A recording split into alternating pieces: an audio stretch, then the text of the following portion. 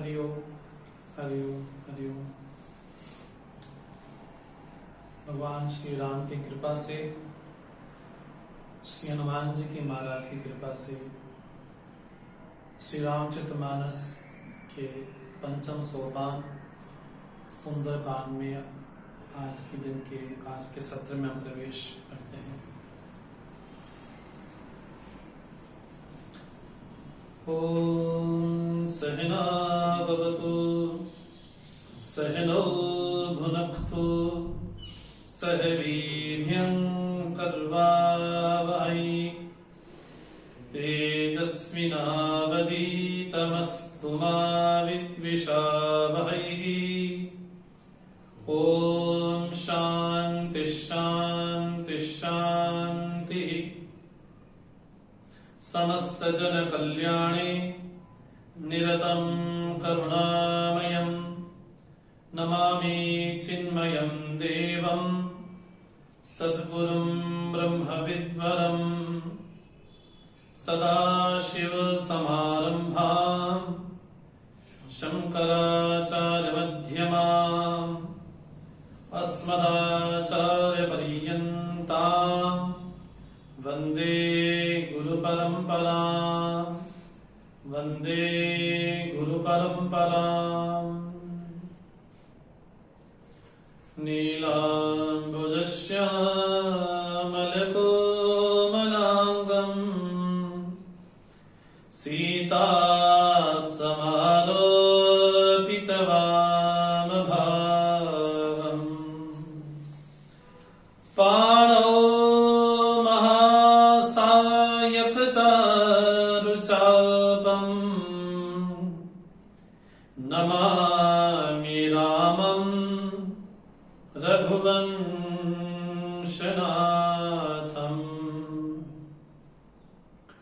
अतुलितबलधामं हैमशैलाभदेहम्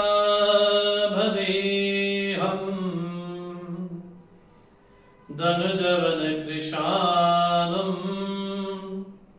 ज्ञानिनामग्रगण्यम् सकलगुणनिधानं वानराणामधीशम्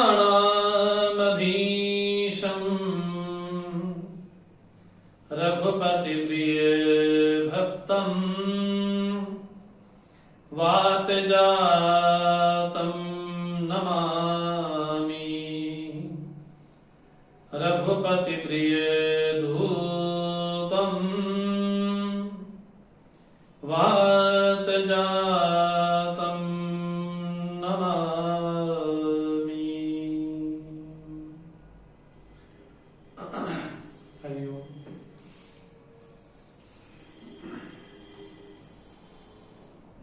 श्री हनुमान जी महाराज शांति रूपी सीता की खोज में, भक्ति स्वरूपा शक्ति स्वरूपा मां जानकी की खोज में समुद्र से यहां लंका तक पहुंचते पहुंचते अनेक विघ्नों को, बाधाओं को देखते हुए अपनी यात्रा में यहां पर पहुंचे। और क्या क्या विघ्न विशेष उनकी यात्रा में आए, इस पर हमने चर्चा की। किस तरह से श्री हनुमान जी विभीषण से मिलते हैं और उनकी आपस में जो विशेष चर्चा होती है, संवाद होता है। उसके बाद विभीषण के द्वारा युक्ति प्राप्त करने के बाद श्री हनुमान जी अशोक वाटिका पहुंचते हैं और मां जानकी की बड़ी दीनहीन अवस्था देखते हैं।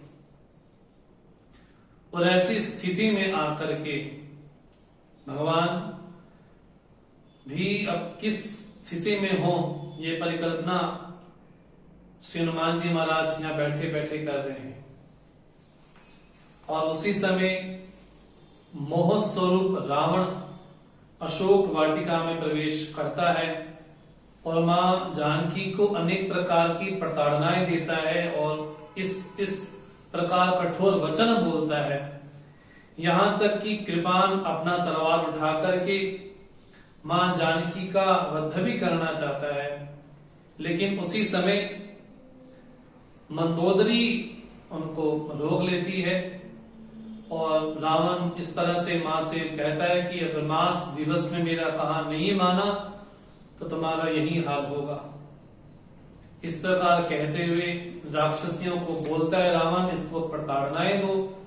लेकिन जैसे ही रावण जाता है उसी समय त्रिजटा राक्षसियों से कहती है कि मैंने एक स्वप्न देखा है कि स्वप्न में एक बानर ने लंका जलाई है और रावण गधे पे सवार होकर के दक्षिण दिशा में जा रहा है और पूरी लंका में राम जी के नाम की दुहाई हो रही है और ये स्वप्न सच होने वाला है। उस समय सभी राक्षसियां तो चलेगी, लेकिन मां जानकी त्रिजटा से कहती हैं कि अब मैं शरीर को रखना नहीं चाहती हूं, मैं अभी शरीर को मैं समाप्त कर देना चाहती हूं। और त्रिजटा ने कहा कि इस समय रात्रि का समय है तो इस समय आपको अग्नि नहीं मिलेगी। और इतना कहते हुए त्रिजटा भी वहां से चली जाती है और मां जानकी अशोक वृक्ष की ओर पुकारती है और आकाश की ओर कहती हुई मां कहती है कि इतने अंगारे आकाश में है वो नीचे क्यों नहीं गिरते, और ये तुम्हारा नाम कल्प वृक्ष है, तुम अपने नाम को सार्थक क्यों नहीं करते। इतना कहते कहते ही श्री हनुमान जी महाराज उसी समय ही मुद्रिका नीचे डाल देते हैं और मां जानकी की का जो हाथ है वो आकाश की ओर है। वो तुरंत ही मुद्रिका देखती हैं जिसमें राम नाम अंकित है और मां जानकी सोचती है कि माया के द्वारा इसको रचा नहीं जा सकता, आखिर ये मुद्रिका यहाँ पर कैसे आई। मां जानकी कहती जिसने मुद्रिका गिराई और उसके इतने सुंदर वचन भी सुन रही हूं वो मेरे सामने प्रकट क्यों नहीं हो रहा है। तो हनुमान जी महाराज अपना वही रूप लेकर के मस्तक समान रूप लेकर के मां जानकी के सामने जाते हैं और मां जानकी देखती अपना मुंह वहां पर फेर लेती है, लेकिन इससे हनुमान जी को कोई मन में ये नहीं हुआ कि मेरा अपमान हुआ, क्योंकि हनुमान जी का नाम जो विशेष सार्थक है हनुमान, जिन्होंने अपने मान का हनन कर दिया, ऐसे श्री हनुमान जी महाराज हैं। मां जानकी कहती हैं कि सारे कपि तुम्हारे समान हैं। तो उसी समय हनुमान जी अपना विशाल जो कनकधार श्री हनुमान जी का रूप है वो प्रकट होता है और इस तरह से मां जानकी को सांत्वना देते हैं और भगवान श्री राम का बल और विरह दोनों श्री जानकी जी के प्रतीक कहते हैं। तो यहाँ पर चर्चा करते करते हमने विश्राम पाया था और हनुमान जी महाराज कहते हैं कि हे मां सुनो मात मोय अतिशय भूखा, लागी देखी सुंदर फल रूखा। हे मां मुझे बहुत बहुत भूख लगी है और इस बाग के जो सुंदर फूल हैं उसको मैं खाना चाहता हूं। लेकिन मां जानकी कहती हैं कि हे मेरे पुत्र, हे सुत, इतने बड़े यहाँ पर रखवाले राक्षस हैं, वो क्या करेंगे। तो हनुमान जी कहते हैं तिनकर भय माता मोहिनाई, जो तुम सुख मानो मन माई। हे मां मुझे उनका भय नहीं, यदि आप मुझे आशीर्वाद दो तो मुझे कोई भय नहीं है, तो मुझे प्रसन्नता पूर्वक आप आज्ञा दें। तो मां जानकी कहती है देखी बुद्धि बल निपुण, कपि कहो जानकी जाओ, रघुपति चरण हृदय धरी, तात मधुर फल खाओ। मां जानकी कहती है कि तुम्हारी बल बुद्धि को देख करके मैं कहती हूँ हे पुत्र, श्री रघुनाथ जी के चरणों का चिंतन करते हुए ध्यान करते हुए जाओ, मीठे फल खाओ। इस तरह से हनुमान जी महाराज अब अशोक वाटिका में प्रवेश करते हैं और फल भी खाते हैं, लेकिन साथ साथ उनका जो विशेष उद्देश्य है उस उद्देश्य को भी सार्थक करते हैं।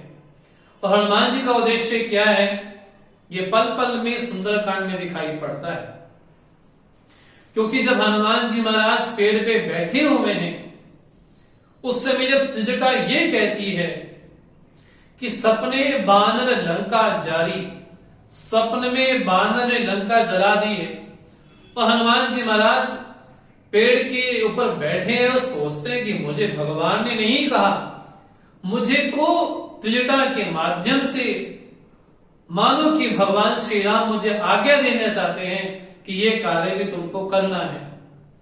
अगर मैं इस प्लानिंग से, इस योजना से आया होता, अगर राम जी ने कहा होता कि लंका जला करके आनी है, तब तो बात अलग थी। लेकिन त्रिजटा भगवान के माध्यम से यही कह रही है कि तुमको लंका जला करके आनी। और दूसरा, जिस अशोक वाटिका में रह करके मां जानकी का शोक दूर नहीं हुआ, तो हनुमान जी को लगता है इसकी नाम की सार्थकता यहां पर नहीं। कहां इसका नाम अशोक हो और मां जानकी का शोक दूर ना कर पाए, तो ऐसी वाटिका को उजाड़ ही देना चाहिए। ये मोह रूपी वाटिका को हनुमान जी क्या करते हैं, नाथ एक आवा कपि भारी तही अशोक वाटिका उजाड़ी। पूरी अशोक वाटिका हनुमान जी ने उजाड़ दी। और कैसे करते हैं, खाए सी फल अर बिटप उपारे रक्षक मर्दी मर्दी में ही डारे। और जो उसके रखवाले उसको मारते हैं, तो राम ने पुत्र अक्षय कुमार को भेजा। तो अक्षय कुमार जैसे ही उस अशोक वाटिका में प्रवेश करता है, तो कैसा दृश्य है, तो गोस्वामी जी कहते हैं, कच्छ मारसी कच्छ मर्दसी कच्छ मिलाई सी धरी धूर, कच्छ पुनि जाई पुकारे प्रभु मरकट मलभूर। कईयों को तो मसर डाला, मार डाला, कुचल डाला, बोले ऐसी स्थिति वहां पर हो गई। और ये देखते देखते अक्षय कुमार भी इस युद्ध में अपने प्राण गंवा देता है। और जैसे ही रावण को पता चलता है कि अक्षय कुमार मारा गया है, तो तुरंत वो मेघनाथ को बोलते हैं कि जाओ, क्या तुम इस हनुमान को, इस बानर को लेकर के आओ, इसको बांध करके लेके आना। इतना सुनते ही इंद्रजीत मेघनाथ वहां पर पहुंचता है, क्योंकि जैसे ही उसका जन्म हुआ, उसने मेघ की तरह नाद किया, तो नाद करने के कारण उसका नाम पड़ा मेघनाद। और हमने चर्चा करते करते यहां विश्राम पाया था कि मेघनाद काम का प्रतीक है। इसलिए हम सुंदरकांड में चर्चा करते करते ये भी साथ में चिंतन कर रहे हैं कि आध्यात्मिक दृष्टि से कौन कैसा है। सुग्रीव जहां ज्ञान का प्रतीक है, सुरसा सिंही का लंकिनी विभीषण पे चर्चा करते हमने कहा कि विभीषण जीव का प्रतीक है। और ये कहा जाए कि संसार में रहने वाले समस्त जीव ही विभीषण का ही प्रतीक है, क्योंकि विभीषण रावण के अंदर में रहता है। और रावण कौन है, बोले मूर्तिमान मोह का प्रतीक है रावण, और कुंभकर्ण अहंकार का प्रतीक है। इसलिए गोस्वामी जी की जो श्री रामचरितमानस है, वो एक दृष्टि में चित्र भी है और एक दृष्टि में दर्पण भी है। जब चित्र की बात आती है तो भूतकाल की चर्चा होती है कि किसी समय राम, किसी समय विभीषण, किसी समय रावण का संवाद आपस में हुआ होगा। ये चित्र के माध्यम से समझ सकते हैं। लेकिन गोस्वामी जी को श्री रामचरितमानस जहां एक स्थान पर चित्र रूप में दर्शाई गई है, वही गोस्वामी जी कहते हैं कि मेरी रामचरितमानस दर्पण के स्थान पर भी है, क्योंकि जब दर्पण में देखा जाता है वही वास्तविकता होती है। किसी ने पूछा कि हो सकता है कि किसी जमाने में, किसी युग में विभीषण रहे हो सकता है कि किसी जमाने में रावण, कुंभकर्ण, मेघनाद रहे हो, त्रिजटा रही हो, लेकिन आज के जमाने में, आज के संदर्भ में न त्रिजटा है, न विभीषण है, न रावण है, न कुंभकर्ण है, न मेघनाद है। तो आज के जमाने में क्या प्रासंगिकता है श्री रामचरितमानस की, क्या प्रासंगिकता है श्री रामचरितमानस आज के संदर्भ में भी? तो गोस्वामी जी बोलते हैं, मेरी रामचरितमानस को अगर दर्पण के माध्यम से देखा जाएगा तो आज भी श्री रामचरितमानस जीवंत है, क्योंकि दर्पण में वही दिखाई पड़ता है जो वास्तव में व्यक्ति होता है। तो गोस्वामी जी कहते हैं, दर्पण की दृष्टि से रामचरितमानस के पात्रों को देखा जाए, जहां विभीषण जीव का प्रतीक है, और जीव की व्याख्या करते हुए गोस्वामी जी कहते हैं, परबस जीव सबस भगवंता। ये जीव और ईश्वर की व्याख्या गोस्वामी जी करते हैं। जीव है परबस, वो स्वतंत्र है ईश्वर। यहां पर जीव जो कि विभीषण है, जिसको ये लगता है कि रावण के समान कोई सामर्थ्यशाली नहीं है, रावण के समान कोई प्रभावी नहीं है। भले ही विभीषण लंका में रह करके ही राम जी की भक्ति करता, लेकिन उसके मन में ये भाव है कि रावण बड़ा पराक्रमी है। रावण के समान वो पराक्रमी कौन होगा जिसने समस्त देवताओं को अपने वश में ही कर दिया है, तो रावण के समान तो पराक्रमी नहीं। इसलिए गोस्वामी जी का सुंदर स्पष्ट विवेचन यही है कि श्री रामचरितमानस को दर्पण की दृष्टि से देखा जाए तो यही लगेगा कि मेघनाद जो कि काम का प्रतीक है, और ऐसा काम रूपी मेघनाद जब अशोक वाटिका में पहुंचता है और उस समय हनुमान जी महाराज का और मेघनाद का आपस में युद्ध होता है। और हमने चर्चा करते हुए कहा था कि हनुमान जी महाराज जहां वैराग्य के प्रतीक हैं, वहां मेघनाद काम का प्रतीक है।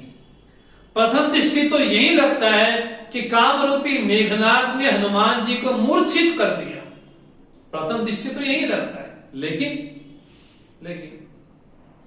जब हम इसकी आंतरिक दृष्टि में भाव रखते हैं कि प्रथम दृष्टि तो भले ही वैराग्य को लगा कि मैं नीचे गिर गया, लेकिन जिसपे राम की कृपा हो ऐसा वैराग्य कभी मिट नहीं सकता। लेकिन यहां पर मेघनाद क्या करते हैं, यहां पर ब्रह्मास्त्र का आवाहन करते हैं। ब्रह्म अस्त्र सीधा साधा कपिमन कीन विचार, जो न ब्रह्म सर मान्यो महिमा मिटे अपार।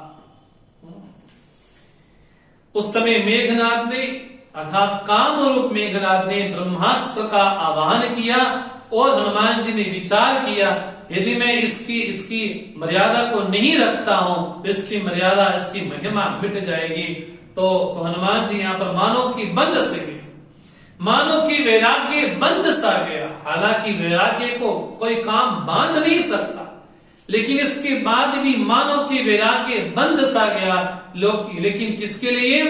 बोले ब्रह्मास्त्र की महिमा को बदलाने के लिए बंद से गए। इसलिए भगवान शिव बोलते हैं इसी स्थिति को देख करके, जासु नाम जपी सुनो भवानी, भव बंधन काटई नर ज्ञानी, तांस दूत की बंध और आवा, प्रभु कारज लगी खपही बंधावा। इसलिए हमने पहले भी कहा कि रामचरितमानस में स्थल स्थल पर अपने अपने वक्ता, अपने श्रोता को राम कथा सुना रहे हैं।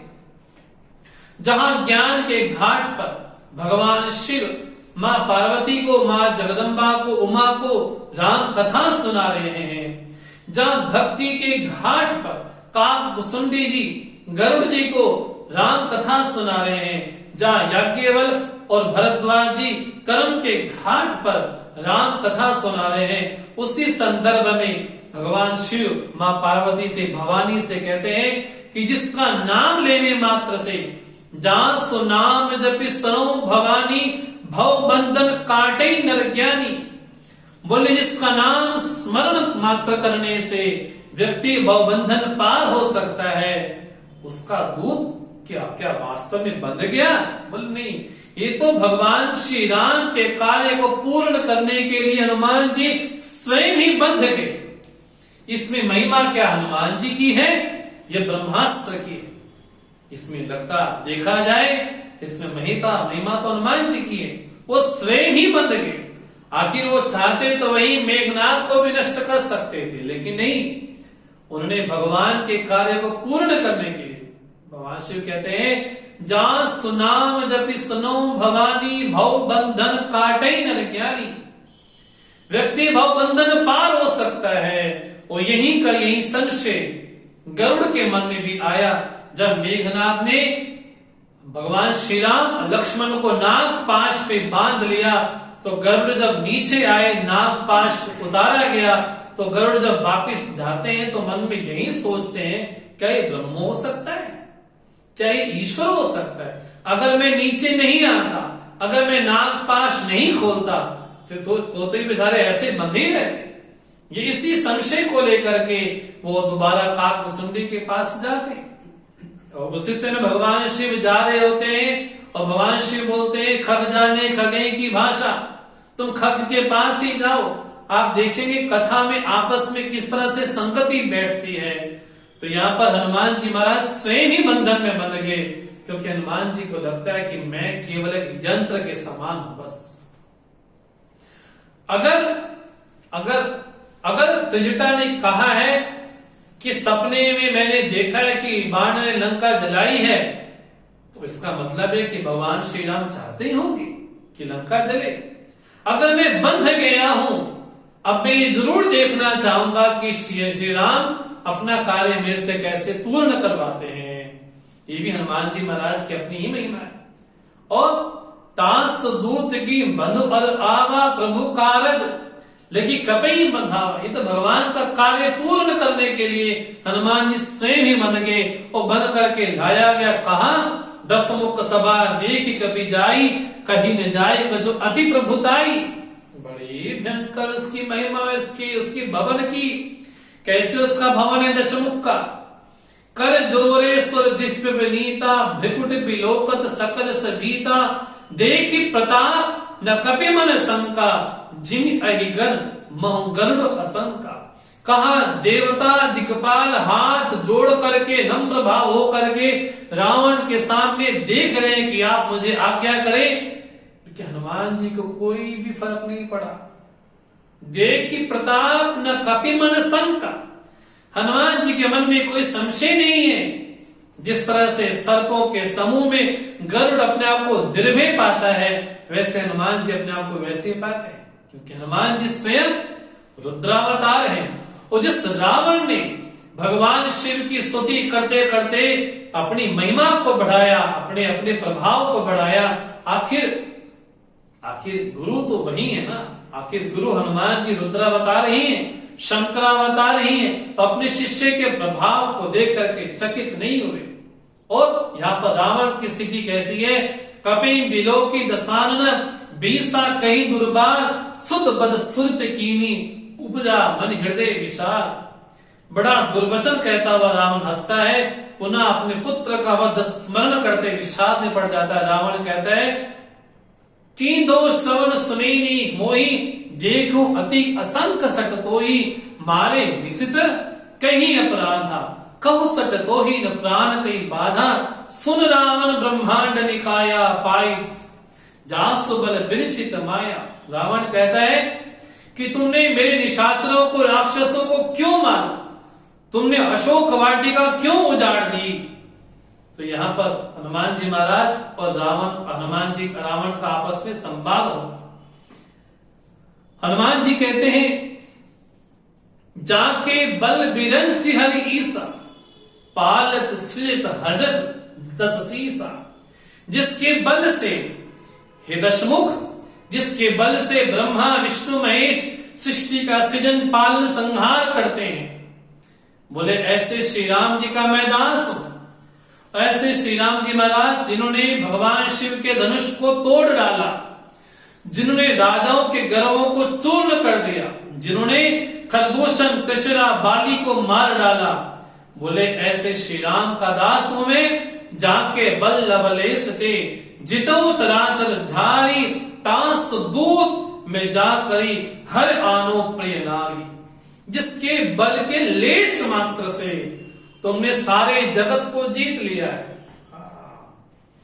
यही प्रसंग जब वशिष्ठ जी महाराज राम जी का नामकरण करते हैं तो क्या बोलते हैं, जो आनंद सिंधु सुख राशि, सीकरते त्रैलोक सुपासी, सो सुख धाम राम असनामा, अखिल लोक दायक विश्रामा।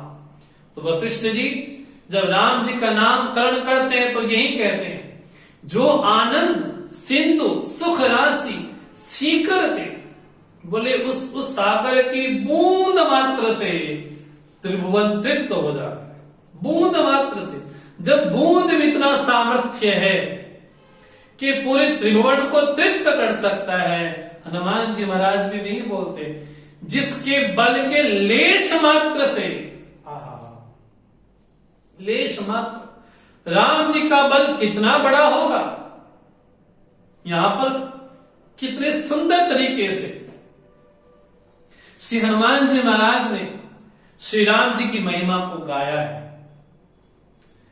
जहां एक तरफ कहा गया बल बिरंची ईस हरि ईसा ब्रह्मा विष्णु महेश, इसका सीधा सीधा अर्थ है कि राम फिर कौन हुए। कई लोग बोलते हैं कि विष्णु के अवतार है राम। यहां पर हनुमान जी महाराज कहते हैं कि ब्रह्मा विष्णु महेश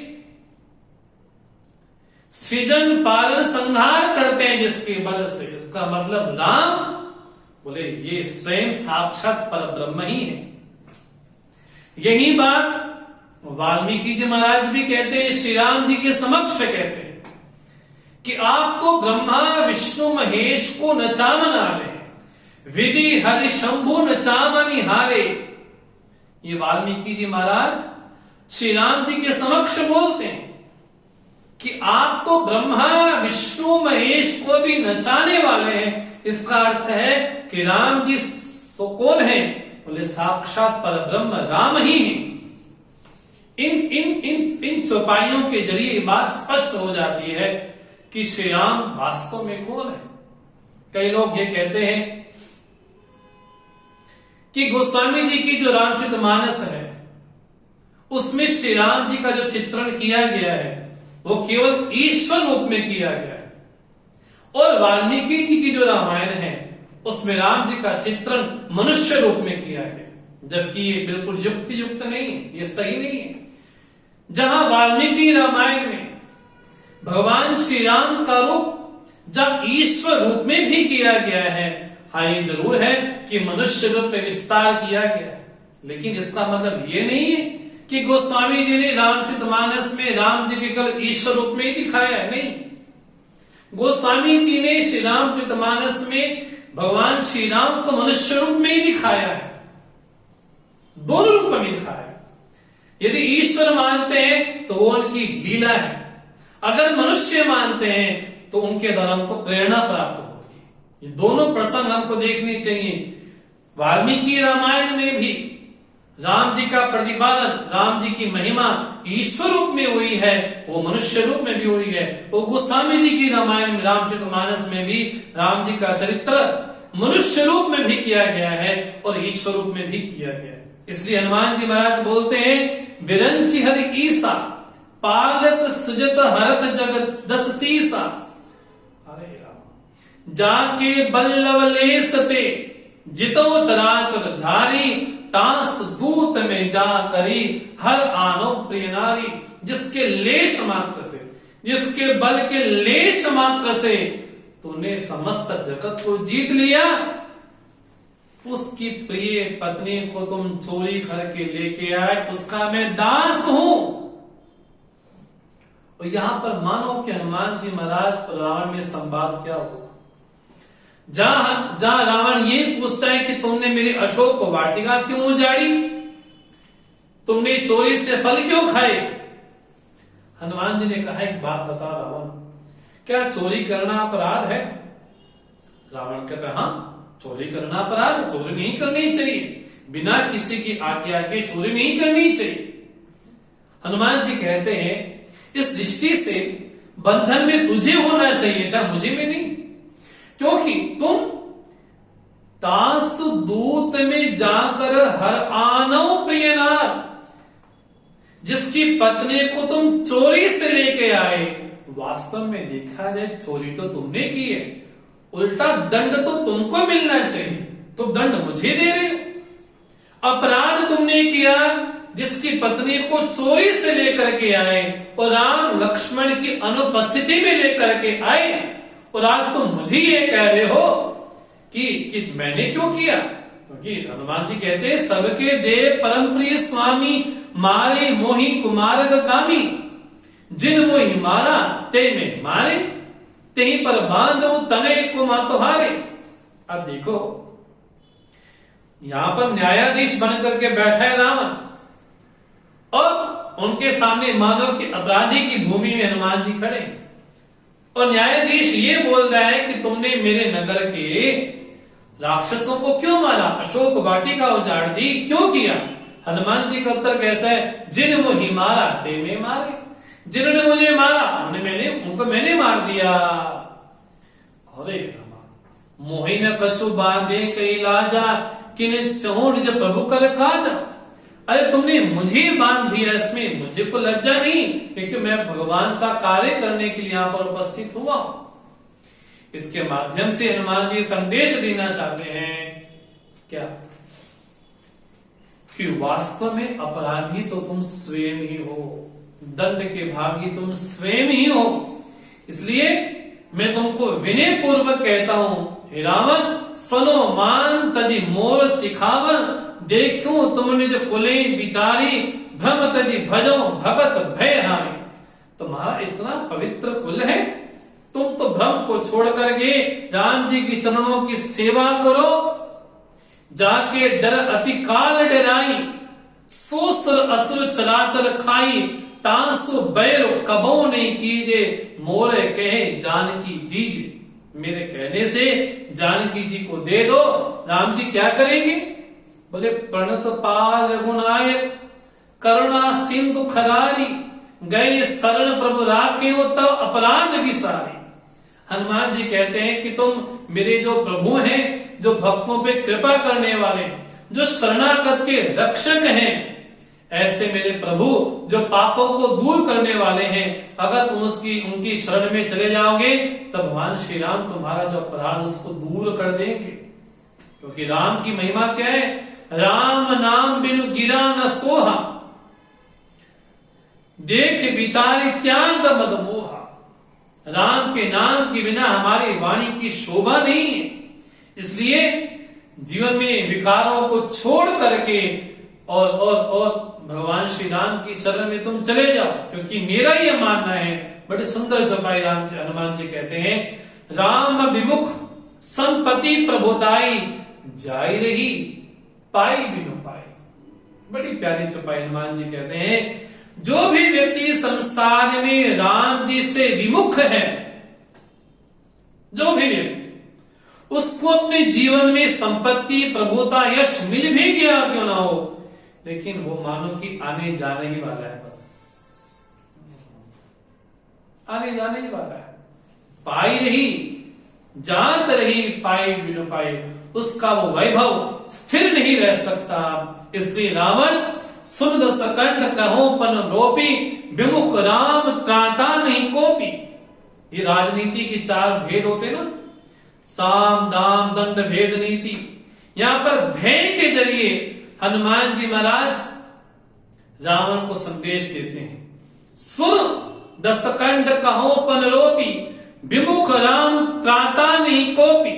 मैं प्रतिज्ञा करके कहता हूं कि राम से विमुख की रक्षा करने वाला कोई नहीं है। शंकर सहस विष्णु अज तोहि, सकई न राखी राम कर द्रोही।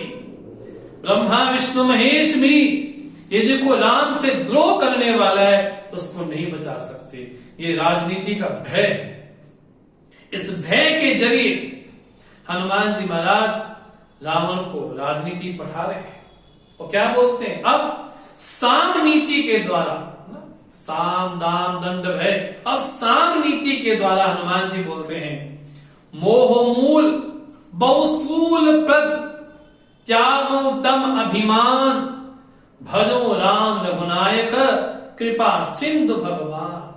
हनुमान जी कहते हैं, मोह जिसका मूल है वो सब पीड़ाओं को देने वाला है, ऐसे अभिमान को तुम त्याग करके श्री राम जी की शरण में चले जाओ, क्योंकि वो तो कृपा के सागर हैं। लेकिन रावण को बात समझ नहीं आई। रावण क्या बोला, बिहसी महाअभिमानी, बड़ा अभिमानी है, बड़ा हंस के बोलते हैं, मिला हमें कपि गुर बड़ ज्ञानी, हमें गुरु मिला है। ये कौन, बोले बानर। वो कैसा अपने आप को ज्ञानी समझ बैठा है। अरे मैंने देवताओं को वश में किया हुआ है और तुम तो स्वयं बंधे हो। और मुझे क्या बोल रहे हो, मुझे ये बोल रहे हो कि राम की शरण में चले जाओगे तो सभी अपराधों से मुक्त हो जाओगे, और राम से विमुख जो भी है उसका रक्षा करने वाला कोई नहीं होगा।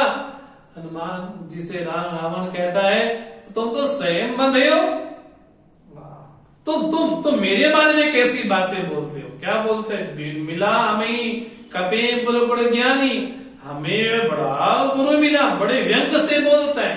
तो क्या बोलते हैं, मृत्यु निकट आई खल तो ही लाग से अधम सिखावन मोई, लगता है तुम्हारी मृत्यु निकट है। अब हनुमान जी हैं कौन, रुद्रावतार हैं। रुद्रावतार क्या करते, बोले संहार कर देते हैं। अब रुद्रावतार के सामने ये बोला जा रहा है मृत्यु निकट, मृत्यु तुम्हारे निकट है। हनुमान जी बोलते तो मूर्ख हो, क्या मृत्यु को आंखों के द्वारा देखा जा सकता है। वो क्या बोल रहे हो, तुम्हारे निकट मृत्यु खड़ी है। हनुमान जी बोलते उल्टा होई, उल्टा ही होगा। तुमने कहा कि तेरी मृत्यु, मैं कहता हूं उल्टा होगा, मृत्यु तुम्हारी होगी। उल्टा होई कहे हनुमाना मति भ्रम तोर प्रकट में था, मैं जान गया हूं कि तुम्हारी बुद्धि बिल्कुल फिर गई है। इतना सुनते ही रावण बड़ा क्रोधित होता है, सुनी कपि बचन बहुत खिसियाना, बेगी न हरो मूढ़ कर प्राणा, सुनत निशाचर मारण धाये, सचिवन सहित विभीषण आए। रावण बड़ा क्रुद्ध होकर के कहता है अरे अरे मूर्ख को तुम प्राण इसके क्यों नहीं हक लेते। इतना सुनते ही हनुमान जी को मारने के लिए राक्षस दौड़ते हैं। उसी समय ही सचिवन सहित विभीषण आए, उसी समय विभीषण आते हैं। इसलिए पहले हमने संकेत किया श्री रामचरितमानस में अवसर बार बार आता है, तई अवसर उसी समय ही विभीषण का यहां पर आना ये भगवान की कृपा का प्रवेश है। इसलिए कई लोग बोलते हैं कि हनुमान जी तो बंध गए, वो रावण को उपदेश कैसे दे रहे हैं। हनुमान जी कहना चाहते हैं मैं देखना चाहता हूं कि राम जी लंका कैसे जलवाते हैं। अगर राम जी की इच्छा है तो मैं तो केवल यंत्र की तरह रहूंगा, वो भी बंधा हुआ रहूंगा। अगर बंधे हुए पे भी लंका जल जाए तो कैसे संभव है। तो बिल्कुल राम हनुमान जी बंधे हुए हैं। उसी समय विभीषण आते हैं, बोले नहीं, सचिवन सहित विभीषण आते और क्या बोलते, नाई शीस कर बिने बहुता, नीति विरोध न मारे दूता, आन दंड कछु करें गोसाई, सबे कहा मंत्र बल भाई, कि दूत को मारना नहीं चाहिए। विभीषण को लगा कि रावण बड़ा मेरा अच्छा भाई, मेरी बात मान गया। रावण तो कहा मारने को दौड़े पड़ा था, मेरी बात मानने पर बोले अब वो मारेगा नहीं, बोले ऐसे उसकी स्थिति होगी। सुनत निशाचर मारन धाये, सचिवन सहित विभीषण आए। उस समय विभीषण वहां पर उपस्थित होते हैं। और कैसी स्थिति है, कैसी स्थिति है उनकी, सुनत विभीषण वहां पर उपस्थित तो हुए, उसी समय ही आए। और हनुमान जी आप संकेत ये देना चाहते हैं कि मैं तो केवल निमित्त मात्र ही हूं।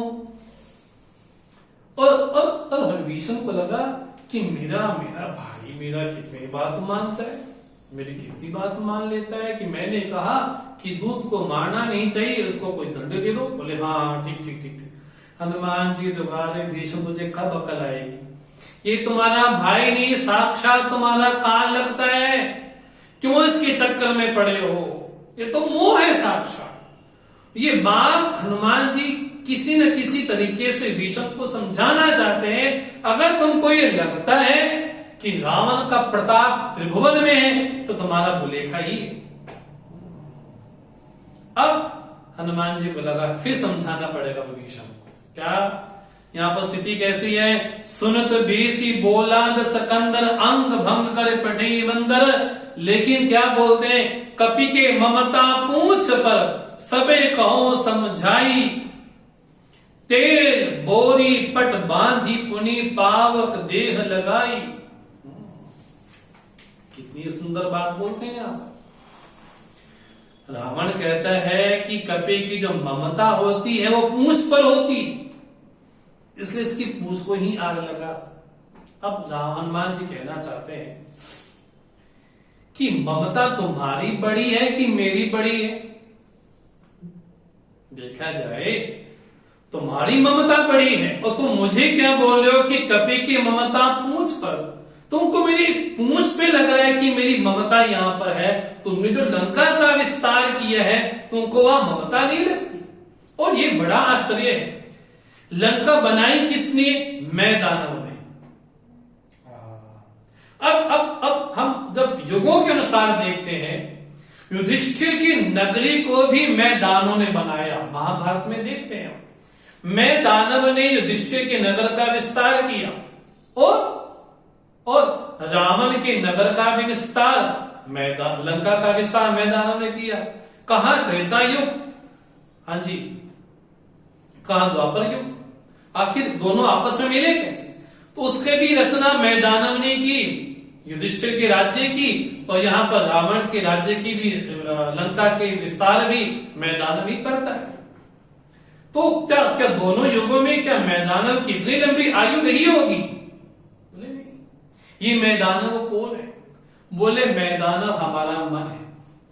और मन को कहा गया, हमारे उपनिषद बोलते हैं मन एव कारण बंध मोक्षयो। हमारे बंधन में और मोक्ष में मन ही हमारा कारण है। तो धर्मराज की नगरी को भी बनाता है मैं दानव, और रावण की लंका को भी बनाता है मैं दानव। ये हमारा मन ही है जो विस्तार करता है।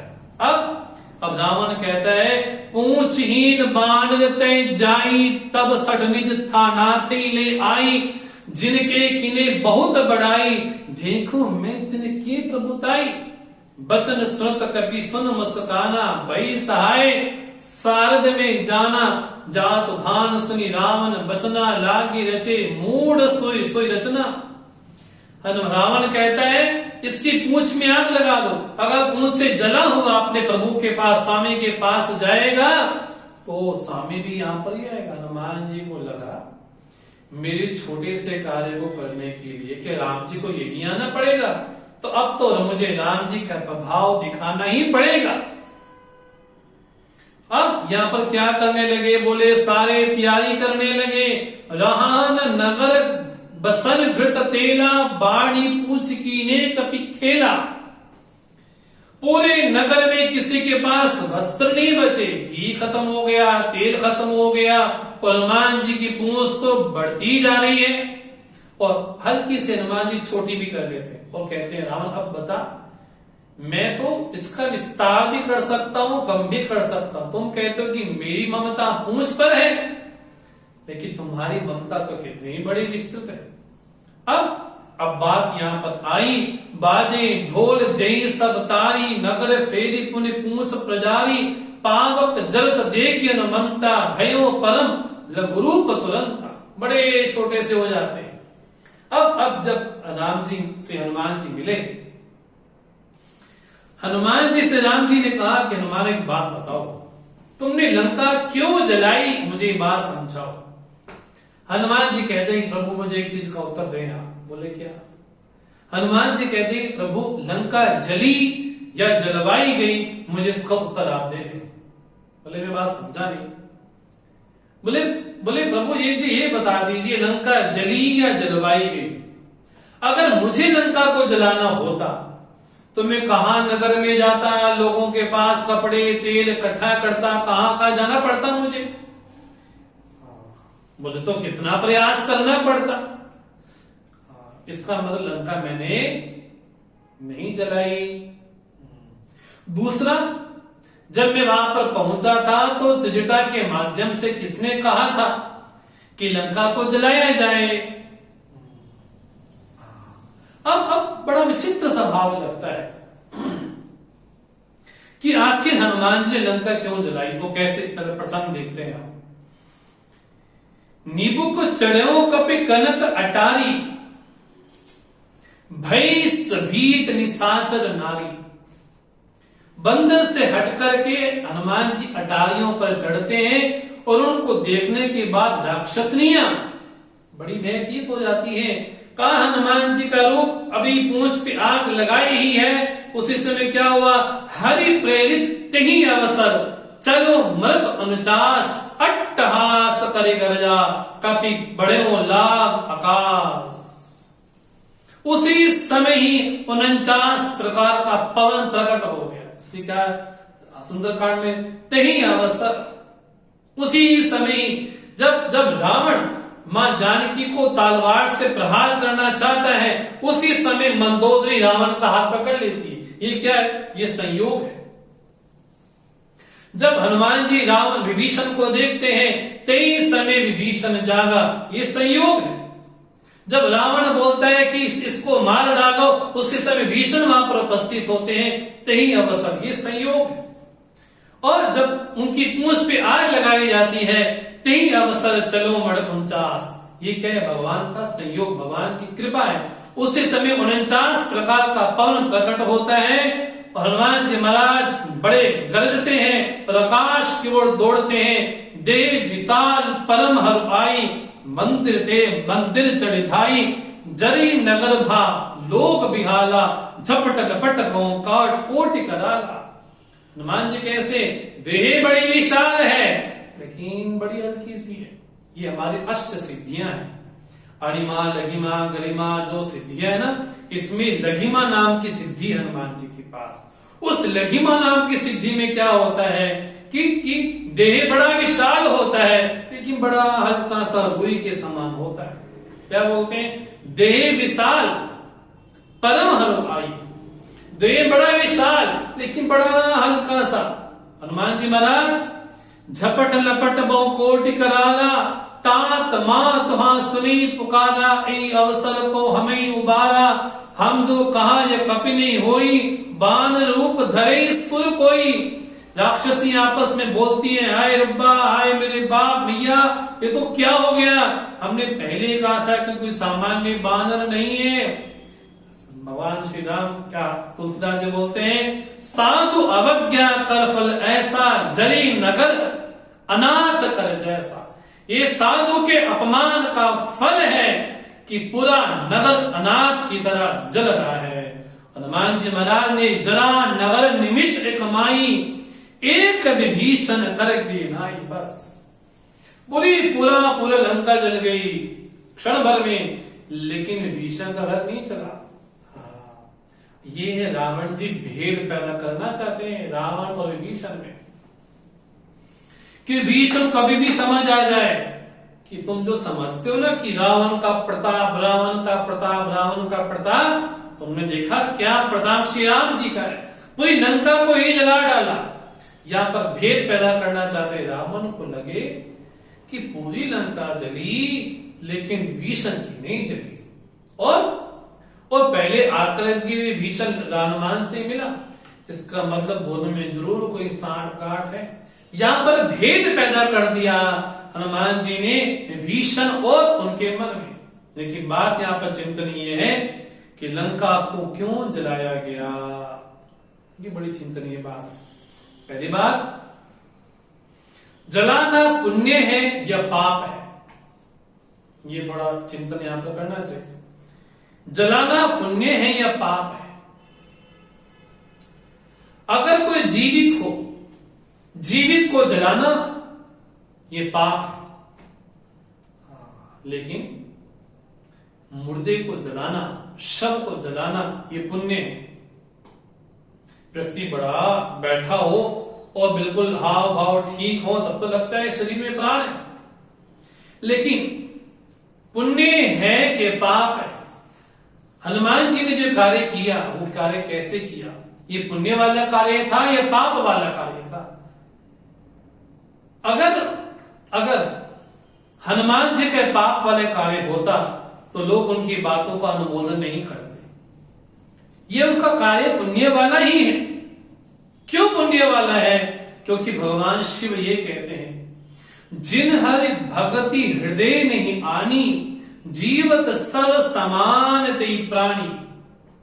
भगवान शिव मां पार्वती से कहते हैं, जिन हरि भगति हृदय नहीं आने, जिनके हृदय में भगवान श्री राम की भक्ति नहीं है, हरि भक्ति नहीं है, तो शिव जी का वाक्य है, जीवत सब समान ते प्राणी, वो जीते जी शव के समान है। और देखा जाए पूरी लंका राम जी की भक्ति से विहीन है, अर्थात शव है, अर्थात मुर्दा है, और मुर्दे को जलाने में पाप नहीं पुण्य होता है। और यही कार्य श्री हनुमान जी ने किया। जाला नगर निमिष एक माही, एक विभीषण कह गृहिनाई, ताकर दूत अनल जी सिरजा, जला न सोते कारण गिरजा, उलट पलट लंका सब जारी, कूद परा पुनि सिंधु मझारी। हनुमान जी ने पूरे उलट पलट कर लंका को जलाया और पुनः समुद्र में जाते हैं, पूछ कर बुझाते हैं।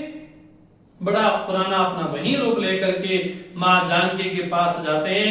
जनक सुता के आगे ठाड़ भयों कर जोर, माता जी के सामने बैठ जाते हैं। हनुमान जी कहते हैं, मां तुम मोहि दीजिए कछुचीना, जैसे रघुनायक मोहि दीना। जैसे राम जी ने मुझे आपके लिए मुद्रिका दी थी, वैसे आप भी मुझे को पहचान दो ना। तो माता जी ने क्या किया, चूड़ा मणि उतारी तब दयो, हर्ष समेत पवन सुत लयो। बड़े हर्ष से हनुमान जी ने मां जानकी का चूड़ा मणि लिया। और मां जानकी क्या बोलती हैं, कहूं तात समोल प्रणामा, सब प्रकार प्रभु पूरन कामा, दीन दयाल बिरद संभारी, हरो नाथ मम संकट भारी। ये रामचरितमानस का बहुत प्यारा संपुट है। जब भी अखंड पारायण किया जाता है या मास पारायण किया जाता है तो या नवान पारायण किया जाता है तो हर दोहे के पहले और बाद में एक संपुट लगाया जाता है, जिससे उसकी महिमा बढ़ जाती है। ये बड़ा प्रसिद्ध संपुट है, दीन दयाल बिरद संभारी, हरो नाथ मम संकट भारी। मुझे बिरद जान करके मुझे आप स्मरण रखें, मेरा संकट आप दूर करें। बड़ी प्रसिद्ध चौपाई है। तो मां जानकी कहती है, तात शक्र सुत कथा सुनावो, पान प्रताप प्रभुय समझायो, मास दिवस मो नाथ न आवा, तो पुनि मोई जियत नहीं खा पावा।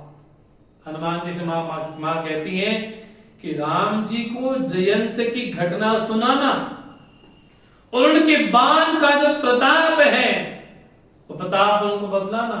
और ये ऐसा संवाद हुआ, मां जानकी और राम जी का ये संवाद ऐसा है जयंत का। उस समय कोई भी नहीं था उनके पास में, ना लक्ष्मण थे ना कोई था। इसलिए राम जी को पूर्ण विश्वास हो जाए कि मेरे से मिलकर के ही आया है। इसलिए राम जी को संदेश ये दे देना, अगर महीने भर मुझे लेने नहीं आए तो पुनि मोहि जियत नहीं पावा, मुझे जीवित नहीं देख पाओगे। इसलिए कहो कपि कहीं विधि राखो प्राणा, तुम तात कहित अब जाना, तो ये देखी शीतल भई छाती, पुण्य मोको सोई दिन सो लाती। हे मेरे पुत्र हनुमान, मैं प्राणों को कैसे रखूं? अब तुम आए थे, मुझे बड़ा अच्छा लगा था, मुझे लगा कि अब तो मुझे अपना मिल गया है, लेकिन तुम चले जाओगे तो वही दिन वही रात सब कुछ वही होगा। हनुमान जी बोलते हैं, जनक सुते समुझाई, करी बहुविधि धीरज दीन, चरण कमल सिरुनाई, कपि गवन राम पही दीन। माँ आप चिंता मत करें, आप धीरज रखें, आप बहुत शीघ्र हम राम जी यहाँ पर आएंगे। इतना कह करके हनुमान जी पुनः वापिस अपने यात्रा में चलते हैं। चलत महाधुनि गर्ज सी भारी, गर्भ सवे सुनि निश्चर नारी। हनुमान जी लोग थोड़ी सी और घबराहट पैदा कर दी जाए लंका में, बड़ी तेज महाध्वनि करते हैं, जिनको सुनकर के राक्षसियों के घर भी मानो की गिरने लग जाते हैं। और हनुमान जी एक ही छलांग में पुनः वापस पहुंचते हैं। और उनको पहुंचने के बाद सारे बानर बड़े हर्षित होते हैं, हनुमान जी आगे, हनुमान जी आगे, बड़े प्रसन्न सब दिखाई पड़ रहे हैं। और उस समय सुग्री का जो वन है, सारे वन में सारे वानर खाते पीते वहां पर हैं। और इस तरह से राम जी की जय हो, राम जी की जय हो, राम जी की जय हो, इतना गुणानुवाद करते करते जहां पर राम जी विराजमान है वहां पर पहुंचते हैं। और जामवन जी बोलते हैं कि सारा कार्य तो हनुमान ने किया है। जामवंत के सुन रघुराया, जा पर नाथ करो तुम दाया, ताई सदा सब कुशल निरंतर, सुर नर मुनि प्रसन्नता ऊपर। हे रघुनाथ जी, हे राम जी, आप जिस पर दया करते उसका कल्याण तो अवश्य भावी ही है, सभी उस पर प्रसन्न होते हैं। इसलिए बोलते हैं सोई विजयी विनयी गुण सागर तातांस सुजस त्रैलोक उजागर। वही विजयी है, वही गुणों का सागर है, वही वही जिसका चहुदशा में उज्जवल भविष्य है, जिसपे आपकी कृपा है। हनुमान जी बोलते हैं प्रभु प्रभु की कृपा भयों सब काजू, जन्म हमार सफल भा आजू। हनुमान जी बोलते प्रभु मेरी कोई बड़ाई नहीं है इसमें, ना ना अगर आपको लंका किया जलाई ये सब किया ना, प्रभु की कृपा भयों सब काजू। भगवान श्री राम की कृपा से सब कुछ हुआ है और आज मेरा जन्म लेना सफल हो गया। आप ये देखेंगे जब हनुमान जी राम जी से विदा ले रहे थे तो यही पंक्ति हनुमान जी ने कही थी, जन्म हमारा सफल आजो, मेरा जन्म लेना सार्थक हो गया कि प्रभु मुझे आपने कोई काम सौंपा है, को कार्य सौंपा है। आप दोनों पंक्ति को जोड़ करके देखेंगे, हनुमान जी जब विदा ले रहे हैं तो यही पंक्ति बोल रहे हैं, जब वापिस आ रहे हैं तो यही पंक्ति हनुमान जी कहते हैं कि प्रभु आपकी कृपा से सब हुआ है और आज मेरा जन्म लेना सार्थक हो गया है। बस नाथ पवन सुत कीन जो करनी, सहसों मुख ने जाई सो बरनी, पवन तने के चरित सुहाए, जाम भवंत रघुपति सुनाए। सुंदर उनका चरित्र बतलाया जाता है और यहाँ पर कैसा है, सुनत कृपानिधि मन अति भाए, पुनि हनुमान हर्षी लाए, कहो तात की भांति जानकी, रहती कहती करती रक्षा सु प्राण की।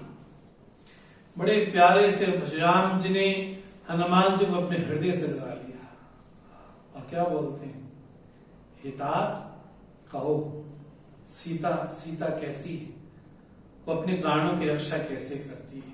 हनुमान जी कहते हैं, नाम पाहर दिवस निसी,